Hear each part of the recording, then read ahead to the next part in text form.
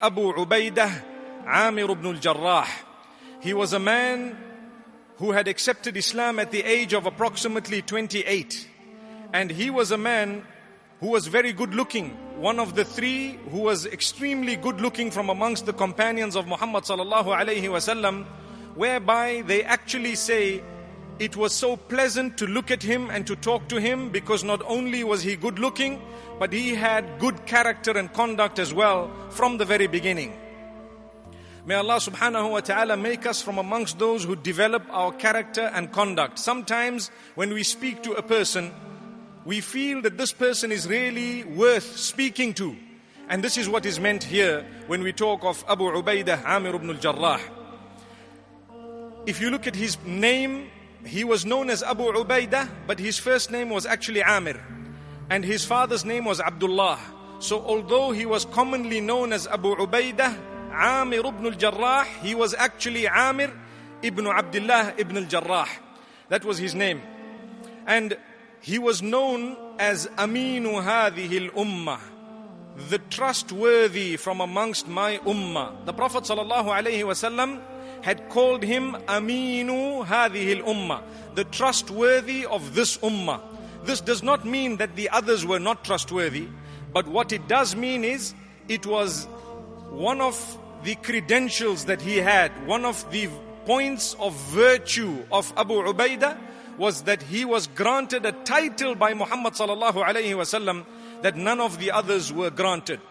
At the Battle of Uhud, he did very well. He was one of those who had stayed with Muhammad sallallahu alayhi wasallam and tried to defend him, to the degree that when Muhammad sallallahu alayhi wasallam was injured and he had gashes on his cheeks, on his face sallallahu alayhi wasallam, there were pieces of the weapon that had remained in Muhammad sallallahu alayhi wasallam's face, and Abu Ubaidah was the one who took these little shrapnel pieces out of Muhammad sallallahu alayhi wasallam's face. It is well known that he was the one who took so much care that whilst he was removing them with his teeth, he actually lost 2 of his teeth.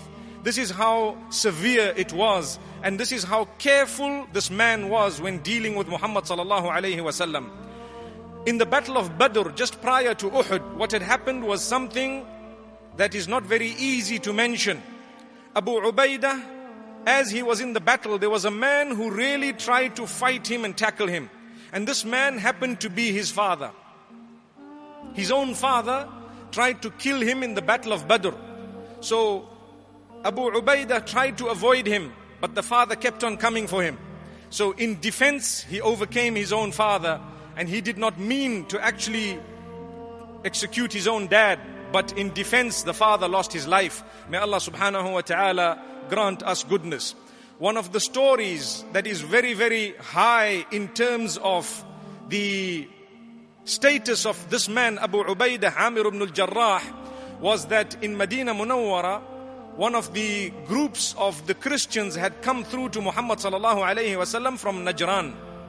And the Prophet sallallahu alayhi wasallam was asked by them, saying, please send one of you with us to come back with us to our area in order to teach us and in order to be a judge in whatever disputes we may have and so on. So Muhammad sallallahu alayhi wasallam, this was at the first part of the morning, he said, come back to me in the evening and I will send with you a man who is strong and he is the trustworthy of my ummah. So Umar ibn Al-Khattab radiallahu anhu says, I heard this and I was very interested. I was not interested in being sent, but I was interested in being known with these qualities that were made mention of. So I was early for Salat al-Dhuhr and I sat there with Muhammad sallallahu alayhi wasallam very near him. And then after Salah, Muhammad sallallahu alayhi wasallam looked to his right and he looked to his left and he says, I put my neck up so that he could see me. You know, that Umar is here, subhanallah. May Allah grant us ease. And then Muhammad sallallahu alayhi wasallam says, where is Abu Ubaidah? Subhanallah. And then he appointed Abu Ubaidah and he told him, go with these people, be just and fair, teach them goodness, and remember, you are a person who I consider the trustworthy of this ummah. So Umar ibn Al-Khattab radiallahu anhu says that as much as I knew that yes, subhanallah, Muhammad sallallahu alayhi wasallam loves us all, but it was on that day that I learned the credentials of this man, Abu Ubaidah Amir Ibn Al-Jarrah. He was one of the first who had accepted Islam. It was this group that accepted Islam right at the beginning that made up the 10 who were told that you are from paradise. Imagine one day Muhammad sallallahu alayhi wasallam was seated, and suddenly he just said, Abu Bakr is from Jannah, Umar, you are from paradise, Uthman, you are from paradise, Ali, you are from paradise, Az-Zubair, you are from paradise, Talha, you are from paradise, and so on. And he continued until the 10 names were mentioned, and subhanallah, Abu Ubaidah was one of the names. So who was instrumental in him accepting Islam? It was none other than Abu Bakr as-Siddiq radiallahu anhu. He was a man initially, he went to all his friends and he convinced almost all of them. Those who were close to him, they knew he was an honest, upright man. So he convinced them. How many of us would ever be able to speak to the close friends of ours or business associates of ours to convince them to do something right when they are doing something wrong? May Allah subhanahu wa ta'ala strengthen us. Many of us, when we are cheered along in our wrongdoings, then we consider such a person a friend. So when I'm doing wrong and someone says, well done, he's my friend. That's what we think. Not realizing a true friend is he or she who tells us what we have to hear, who tells us what we need most desperately to hear, even if it means they have to correct us in a way that we feel bad. The fact that they felt for us makes us genuine friends of ours. May Allah subhanahu wa ta'ala help us recognize that this was the same man when it came to Saqifatu Bani Sa'ida after the death of Muhammad sallallahu alayhi wa sallam. Umar ibn Al-Khattab radiallahu anhu and Abu Bakr as-Siddiq radiallahu anhu met with Sa'd ibn Ubadah and the others in Saqifatu Bani Sa'ida to appoint the leader. The first person that Umar ibn Al-Khattab radiallahu anhu felt initially that this man would be our leader was Abu Ubaidah Amir ibn Al-Jarrah. He stretched his hand and he said, "Oh Abu Ubaidah, stretch your hand, let me pledge allegiance to you as the successor of Muhammad sallallahu alayhi wasallam, because wallahi these ears have heard Muhammad sallallahu alayhi wasallam on more than one occasion call you the trustworthy of the ummah. So indeed you will be entrusted with successorship." And Abu Ubaidah Amir ibn Al-Jarrah immediately turned it down and he says, "I will never ever put myself in front of a man who was asked to lead the prayers during the life of Muhammad sallallahu alayhi wasallam by Muhammad sallallahu alayhi wasallam." And this is when Umar ibn Al-Khattab radiallahu anhu agreed, and they turned to Abu Bakr as-Siddiq radiallahu anhu and they pledged allegiance to him. Take a look today. You have, may Allah subhanahu wa ta'ala grant us all a lesson.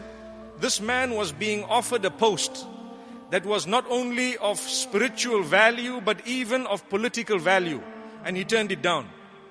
Today people are fighting for posts that they do not deserve. Do we realize that? This man deserved the post, he turned it down because he was honest. He was definitely a person who was trustworthy. But today the people who are not even trustworthy and do not deserve a post are busy fighting for it in a way that we lose. May Allah subhanahu wa ta'ala make us not from amongst the losers. Then at the time of Umar ibn Al-Khattab radiallahu anhu, something unique happened. One of the leaders of the Muslim army was known as Khalid ibn al-Walid radiallahu anhu. Inshallah, one of the days we will go through his life as well, a brief of his life. We'll get to know him a bit better. So this Khalid ibn al-Walid was such a powerful warrior that he used to win all the battles. So what happened is, the people started feeling that Khalid ibn al-Walid is very high in rank, raising him higher than he actually was. That was a fear of Umar ibn Al-Khattab radiallahu anhu. People must not start worshipping the companions. Yes, they must respect them. They must obey instruction. They must understand that the companions are blessed. But that does not mean they render acts of worship to companions of Muhammad sallallahu alayhi wasallam. So fearing this, Umar ibn Al-Khattab radiallahu anhu sent Abu Ubaidah Amir ibn Al-Jarrah to replace Khalid ibn al-Walid radiallahu anhu. And he wrote him a letter and he sent him. When Abu Ubaidah arrived, he found that Khalid ibn al-Walid radiallahu anhu was busy in a battle.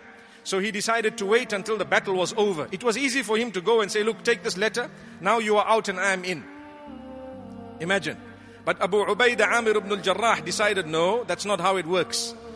We are not here in order to earn for this world, but rather we are here in order to prepare for the akhirah, in order to prepare for the life after. This is what Abu Ubaidah Amir ibn Al-Jarrah used to say. So he waited. When the battle was over, he went with utmost humility. He met Khalid ibn al-Walid radiyallahu an, and he presented him the letter. Khalid ibn al-Walid read the letter and he said, "Oh Abu Ubaidah, why didn't you give me this letter earlier? As soon as you came, you could have taken the reins and I would have stepped aside." He said, "Oh Khalid, I did not want to disturb you. You were very busy. And at the same time, it is not, his famous statement. He said, it is not the power or the kingdom of this world that we want. Nor do we work in order to build our world. We are all working in order to build the life after death. And we are all brothers for the sake of Allah subhanahu wa ta'ala." So amazingly, Khalid ibn al-Walid radiyallahu anhu handed over the leadership to this man. And the man got up, Abu Ubaidah Amir ibn Al-Jarrah. Now he was the new leader of the army. And he decided to address the people.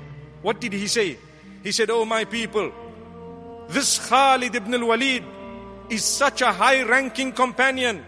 Such a high-ranking companion that I have heard Muhammad sallallahu alayhi wasallam say, Khalidun sayfun min suyufillah. Khalid is indeed a sword from amongst the swords of Allah subhanahu wa ta'ala. As for me, I am a simple Muslim from Quraysh." Imagine, he's a leader. But because he does not want people to lose the respect of Khalid radiyallahu an, he says, "Khalid is the man. I am just a member of Quraysh following instructions of the Khalifa. And I am just a Muslim."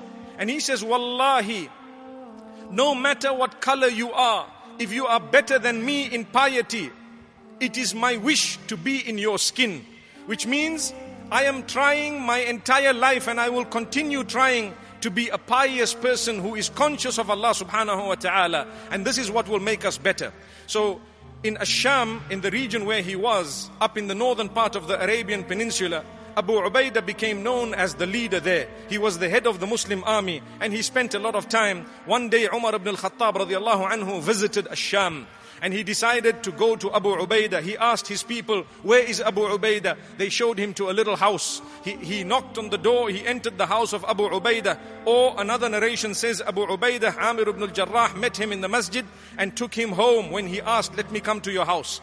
Umar ibn Al-Khattab radiallahu anhu was a man who always used to be bothered about what those whom he has appointed as rulers and leaders had spent and how much they had involved in this worldly material life. He wanted them to be very transparent.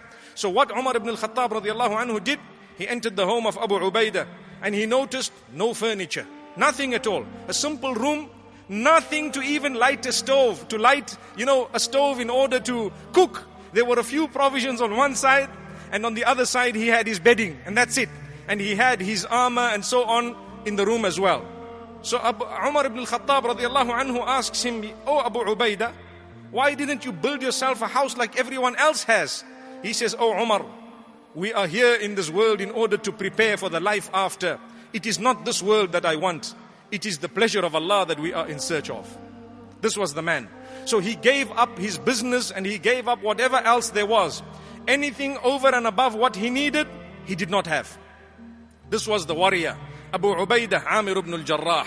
So much so that at the time of Umar ibn Al-Khattab radiallahu anhu, a plague broke out in what we would call today Jordan. That is known as Ash-Sham, the northern part of the Arabian Peninsula. A plague broke out where a lot of Muslims had died and a lot of members of the army were dying one after the other. Now Muhammad sallallahu alayhi wasallam has taught us that if there is a plague in a certain place and you happen to be in it, do not leave. You must be part of those who are quarantined. This is a teaching of Islam. So the plague happened to be taking so many and the news got to Umar ibn Al-Khattab radiallahu anhu. So he wrote to Abu Ubaidah Amir ibn Al-Jarrah and he told him, "Look, I have a need for you very urgently and I want you to come to me as soon as possible. If my letter gets to you in the morning, do not let the evening come without having jumped onto your conveyance and started your journey. And if you get the letter by night, do not let the morning come before you have jumped onto your conveyance and come towards me. I am issuing you this instruction." Now Abu Ubaidah got the instruction and he told the people around him, "I've understood what Umar ibn Al-Khattab radiallahu anhu wants. He wants to take me out of this place where there is a plague so that I can be saved." That's the reason. Otherwise, there's no other job.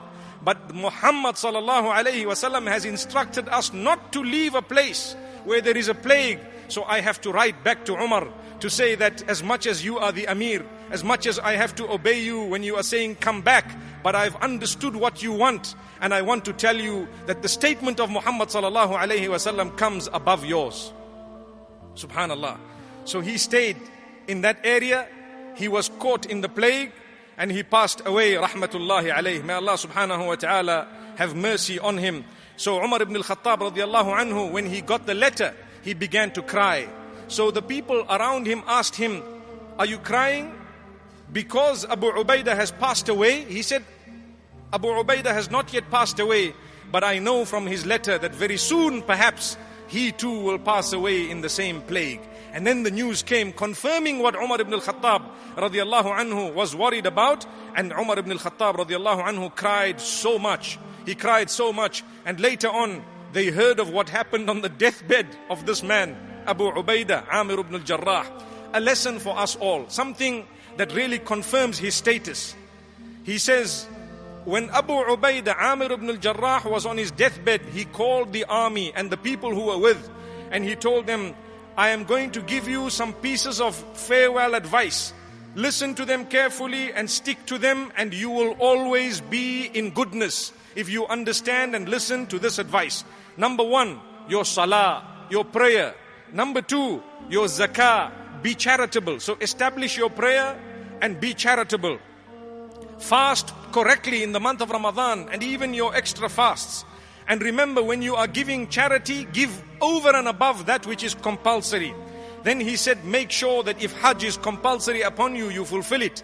And ensure that you frequent the house of Allah, even in Umrah. And then he continued, he says, learn to guide one another. Advise one another. Do not feel bad when people guide you and when they advise you.